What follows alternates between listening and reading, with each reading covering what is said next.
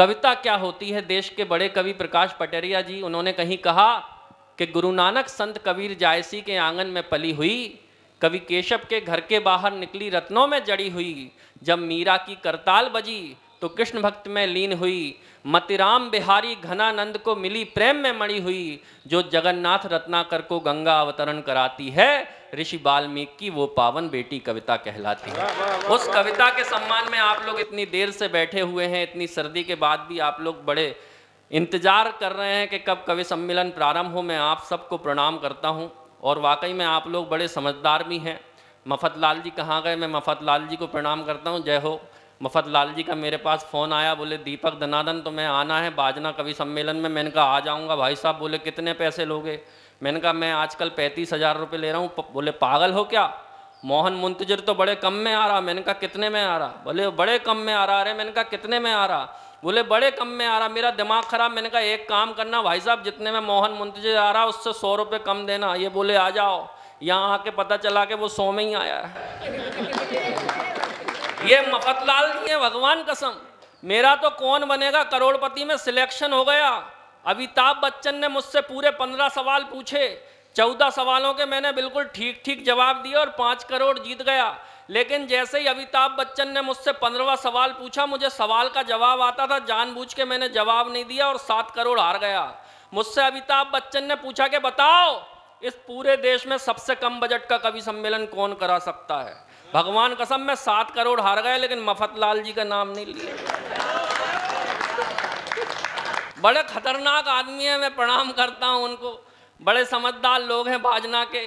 मैं तो जब बाजना आया तो एक सज्जन मुझे मिले, बोले कहाँ से आया? मैंने कहा भाई साहब भोपाल से आया। बोले याद रखना बाजना के लोग बड़े समझदार। मैंने कहा अच्छी बात है। मैं जैसे ही फिर यहाँ आया, थोड़े बैठा तो एक सज्जन फिर बगल में आके बैठ गए। बोले कहाँ से आया? मैंने कहा भोपाल से आया। बोले याद रखना बाजना के लोग बड़े समझदार। मैंने कहा अच्छी बात है। जैसे ही मंच पे आया फिर एक सज्जन आ गए, बोले कहाँ से? मैंने कहा भोपाल से। बोले याद रखना बाजना के लोग बड़े समझदार। मेरा दिमाग खराब। मैंने कहा भाई साहब आप तो ये बताओ कि बाजना के सब लोग समझदार हैं या एक आध बेवकूफ़ भी पाया जाता है? वो बोला नहीं, जरूरत पड़ने पर भोपाल से बुलाया जाता है। लोग कहते हैं, जैसे कि उसने कहा कि वीर रस के कवियों पे इल्ज़ाम लगता है कि चीखते हैं चिल्लाते हैं। दोस्तों एक बात कहना चाहता हूँ, हमारे देश में अगर आज़ादी के नाम पे, बोलने की आज़ादी के नाम पे सबसे अधिक फ़ायदा उठाया तो हमारे देश के नेता और अभिनेताओं ने उठाया है। जिसे देखो कोई भी भाषण, कोई भी बयान दे देते हैं। कुछ दिनों पहले एक नेता ने बयान दिया कि तुम लोग गाय का दूध पीते हो इसलिए गाय को माता कहते हो, इस लिहाज से तो बकरी भी दूध देती है तो बकरी तुम्हारी बहन हुई। ये हमारे नेताओं के बयान हैं। उस नेता ने कहा कि तुम लोग गाय का दूध पीते हो इसलिए गाय को माता कहते हो, इस लिहाज से तो बकरी भी दूध देती है तो बकरी तुम्हारी बहन हुई। तो मैं प्रणाम करता हूं उन सरदार जी को जिन्होंने जवाब दिया कि नेताजी माफ करना, बहन का दूध पीने की सड़ी गली गंदी मानसिकता वाली परंपरा आपके यहाँ होगी, हमारे यहाँ नहीं। जिसे देखो कोई भी कुछ भी बोल रहा है। वो एक कह रहा है मैं भारत माता की जय नहीं बोलूंगा, मेरी गर्दन पे छुरी रख दो। मैं हास्य का कवि हूं साहब, मैं गुस्से में बात नहीं करता, मैं हास्य में निपटा देता हूं। जिसने कहा कि मैं भारत माता की जय नहीं बोलूंगा, मैं 4 पंक्तियां पढ़ना चाहता हूं।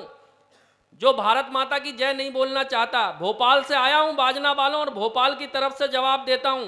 अगर आपको लगे कि ये जवाब बाजना की तरफ से है तो अपनी तालियों से बताना कि आप कवि सम्मेलन को कितना सुनना चाहते हो। जिसने कहा कि मैं भारत माता की जय नहीं बोलूंगा, तुम भी सुनना दास आरोही, जो कहता है कि मैं भारत माता की जय नहीं बोलूंगा।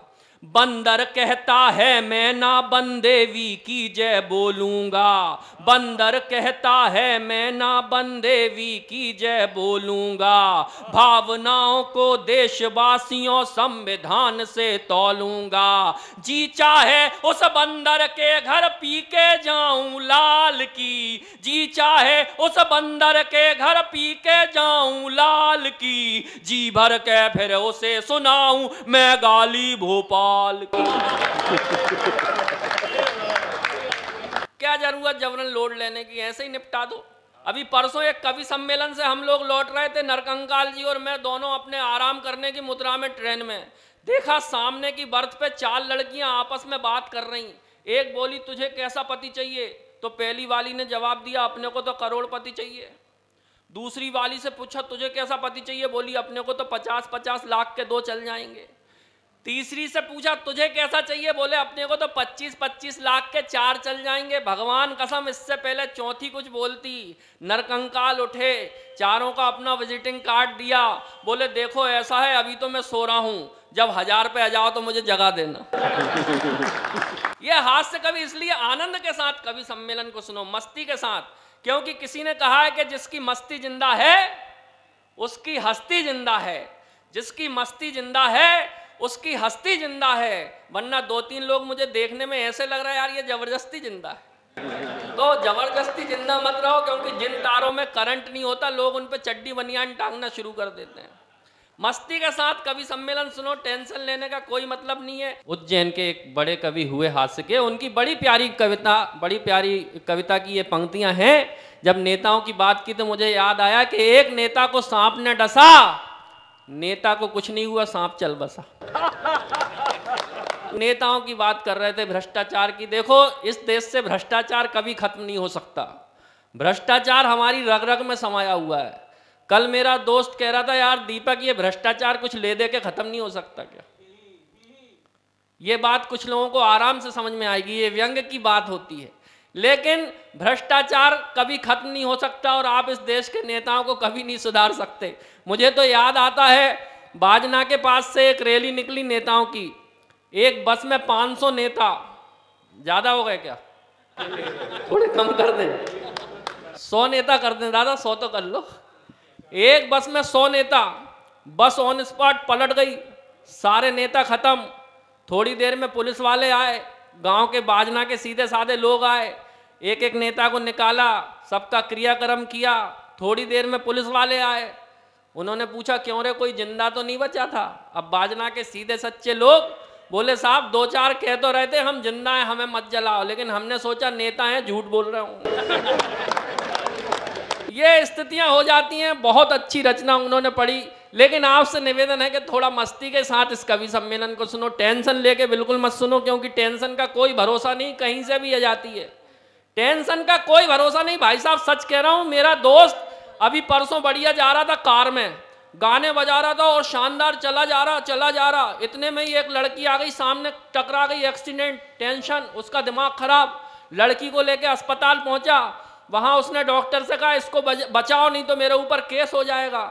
जब उसका ऑपरेशन हुआ तो डॉक्टर आया, बोले बधाई हो, लड़की एकदम ठीक है, मेरे दोस्त की टेंशन खत्म। डॉक्टर बोला बधाई हो, आप बाप बनने वाले।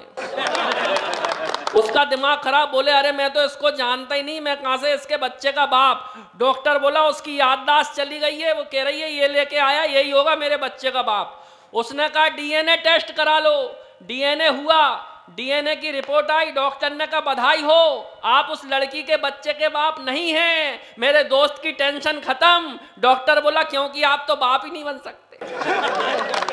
अच्छा टेंशन ये नहीं कि बाप नहीं बन सकते, उसने कहा यार जब बाप नहीं बन सकता तो घर में जो 2 खेल रहे, समझ में आई हो तो जरा जोरदार तालियां बजा दो। मस्ती के साथ सुनो। गधों की बात कर रहे थे बढ़िया नरकंकाल जी, भगवान कसम मथुरा आए कवि सम्मेलन में। एक बार मफतलाल जी ने इनको बुलाया, अभी 5 महीने पहले मेला लगा हुआ था। मफतलाल जी ने कहा कि यार अभी कवि सम्मेलन शुरू होने में 2 घंटे हैं, चलो तुमको मेला घुमा के लाता हूँ। ये नरकंकाल जी को चले गए मेला घुमाने। वहां देखा एक आदमी एक गधे को लेके खड़ा, उसने गधे के ऊपर शर्त रख दी कि जो इस गधे का सिर बिना हाथ लगाए नामे हिला के दिखाएगा उसको 40,000 रुपये नगद दिए जाएंगे। हर आदमी ने कोशिश कर ली, कोई कुछ नहीं कर पाया। नरकंकाल जी गए, धीरे से गधे के कान में कुछ कहा, भगवान कसम गधे ने पहली फुर्सत में नामे से हिला दिया। उस आदमी का दिमाग खराब, उसने इनको 40,000 दिए, बोले तुमने इसके कान में कहा क्या? ये बोले कुछ नहीं, सिर्फ इतना ही कहा कवि हूं कविता सुनाऊं। अच्छा दूसरा चक्कर लगाया तो पट्टे ने 2 शर्त रख दी, जो इस गधे का सिर पहले हाँ में हिला के दिखाएगा फिर ना में हिला के दिखाएगा उसको 80,000 रुपए दिए जाएंगे। फिर सबने कोशिश कर ली, कोई कुछ नहीं कर पाया। नरकंकाल जी गए, धीरे से गधे के कान में कुछ कहा, गधे ने फौरन हाँ में सिर हिला दिया। दूसरी बार का फौरन नाव में सिर हिला दिया। उस आदमी का दिमाग खराब, उसने इनको 80,000 दिए, अपना माथा ठोक लिया, मेरे बाप अब क्या कहा? ये बोले कुछ नहीं भाई साहब, सिर्फ इतना ही कहा, पहचाना? सुनाऊं? तालियां नहीं रही। ये स्थितियां हो जाती हैं, लेकिन आप लोग वाकई में बड़ा अच्छा सुन रहे हैं, प्रणाम करता हूं आपको। दुनिया का सबसे शक्तिशाली प्राणी था डायनासोर, वो तो रहा नहीं, लेकिन उसके जो 2 फेफड़े बचे थे, भगवान कसम क्या खतरनाक। भाई साहब, आपकी बेटी ऐसी है तो आपकी पत्नी को तो मैं और विशेष प्रणाम करता हूँ। मैं ये सोचता हूँ कि अगर इसकी शादी को रिश्ते आएंगे और इसकी कविता कोई लड़का सुनेगा तो वो सबसे पहले परिचय क्या देगा? बहन जी आप कितने भाई बहन? स्थितियाँ ऐसी हो जाती हैं, लेकिन वाकई में बहुत अच्छा उसने पढ़ा। मुझसे कई लोग कहते तुम वीर रस क्यों नहीं लिखते? मैंने कहा क्यों लिखें वीर रस? क्यों लिखें वीर रस जो अपन है ही नहीं? वो लिखने से क्या फायदा? अच्छा अपन उन वीर रस के कवियों की, दादा मैं आपकी बात नहीं कर रहा हूं, अपन उन वीर रस के कवियों की तरह तो हो नहीं सकते जो घर से आ रहे पत्नी से पिट के और मंच पे सुना रहे वीर रस की कविता। एक बात और कहना चाहता हूं दोस्तों, इस देश के आधे से ज्यादा बल्कि 90% वीर रस के कवि केवल पाकिस्तान को निपटाने में अपनी कविता खर्च कर देते हैं।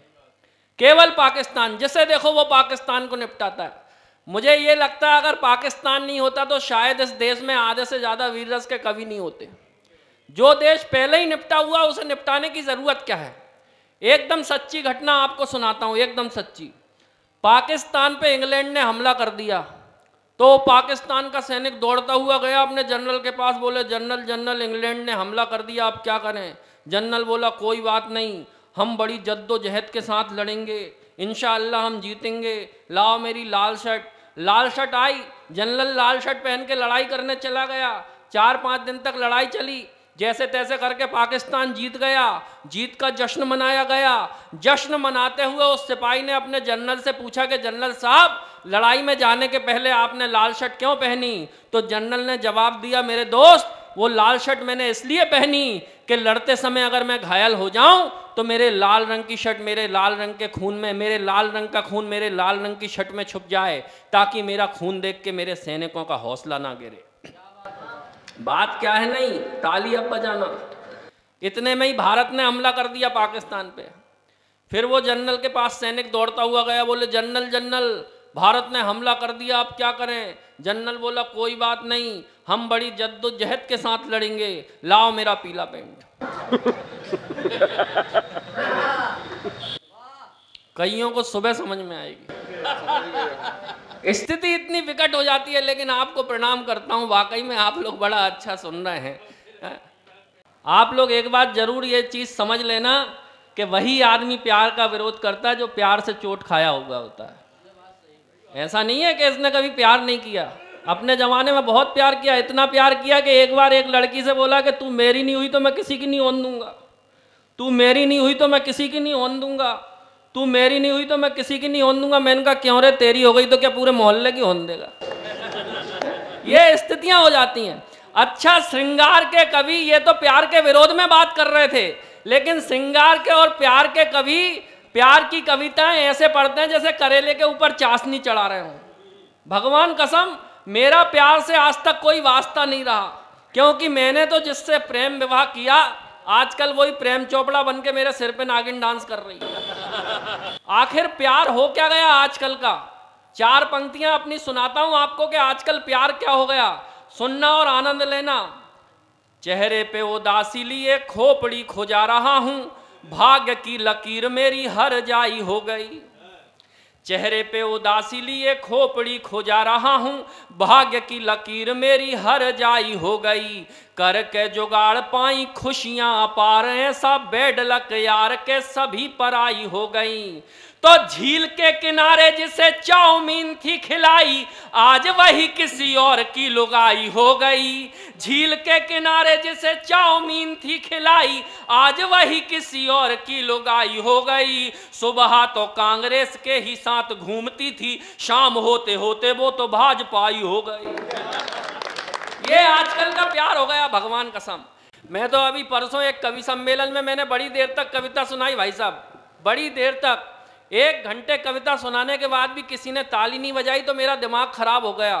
गुस्से में मैं जोर से चिल्लाया कि लगता है यहाँ जितने बैठे सब कसम खा के आए कि ताली नहीं बजाएंगे, लेकिन मैं भी कसम खा के आया कि ताली तो बजवा के रहूंगा, नहीं तो किसी बिल्डिंग से जाके कूद जाऊंगा। बाजना का कोई व्यक्ति था वहां पे फंसा हुआ, मैंने कहा मैं कसम खा के आया हूं कि ताली तो बजवा के रहूंगा, नहीं तो किसी बिल्डिंग से जाके कूद जाऊंगा। वो बाजना का व्यक्ति उठा, बोला सांस चल धक्का मैं लगाऊंगा। ये कवियों की हालत हो जाती है, हालत बड़ी विचित्र। मैं तो पहले बच्चों को पढ़ाता था, अब कवि हैं, आदत है बच्चों को पढ़ाने की, तो पढ़ाते पढ़ाते कविता सुनाने लगते। इतनी कविता सुनाई कि बच्चे फेल होना शुरू हो गए। मध्य प्रदेश का आदमी हूं, मेरे पास मुख्यमंत्री मोहन यादव का फोन आया, बोले दीपक दनादन तुम्हारे चक्कर में बच्चे फेल होना शुरू हो गए, अगर कल से बच्चों ने अगर कुछ भी किया तो तुम्हारी जिम्मेदारी। लेकिन अपन नहीं माने, मैंने फिर बच्चों को कविता सुनाई तो अगले दिन मेरा ट्रांसफर मुर्गी पालन विभाग में कर दिया। जैसे ही मैं मुर्गी पालन विभाग में पहुंचा, मुर्गियों तक खबर पहुंची कि कवि दीपक दनादन आया, तो डर के मारे मुर्गियों ने अंडे देना बंद कर दिए। अब मेरे पास फिर मुख्यमंत्री जी का फोन आया, बोले दीपक दनादन तुम्हारे चक्कर में मुर्गियों ने अंडे देना बंद कर दिए, कल से अगर मुर्गियों ने 2-2 अंडे नहीं दिए तो समझ लेना तुम्हारी खैर नहीं, मेरा दिमाग खराब। मैं बंदूक लेके मुर्गियों के पास गया, मैंने कहा सुनो मुर्गियों, वैसे तो मैं ब्राह्मण हूं, लेकिन अगर कल से 2-2 अंडे नहीं दिए तो सबको मार के खा जाऊंगा। अगले दिन देखा तो डर के मारे मुर्गियों ने 2-2 अंडे, 2 अंडे, 2 अंडे, 2 अंडे, एक ने एक ही दिया, मेरा दिमाग खराब। मैंने कहा क्यों, जब सबने 2 दिए तो तूने एक क्यों दिया? बोले साहब वो तो मैंने आपके डर के मारे दे दिया, मैं तो मुर्गा हूं।